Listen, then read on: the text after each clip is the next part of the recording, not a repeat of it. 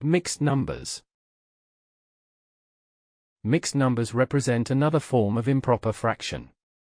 A mixed number contains a whole part followed by a proper fraction as shown in the scheme on screen. For example, we can write the following. Example.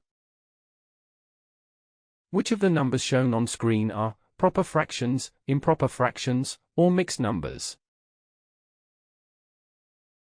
Solution. 1. This number is a mixed number as it contains two parts, a whole part, 9, and a proper fraction, 1/3.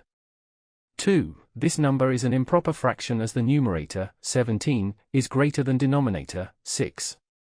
3. This number is a proper fraction as the numerator, 7, is smaller than denominator, 12.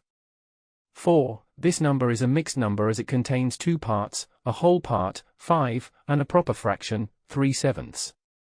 That is all for lesson 3.2.3. To continue this tutorial, please watch 3.2.4, How to convert an improper fraction into mixed number.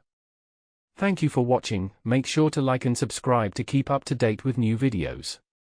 For more information, calculators, and tutorials, please visit www.icalculator.info.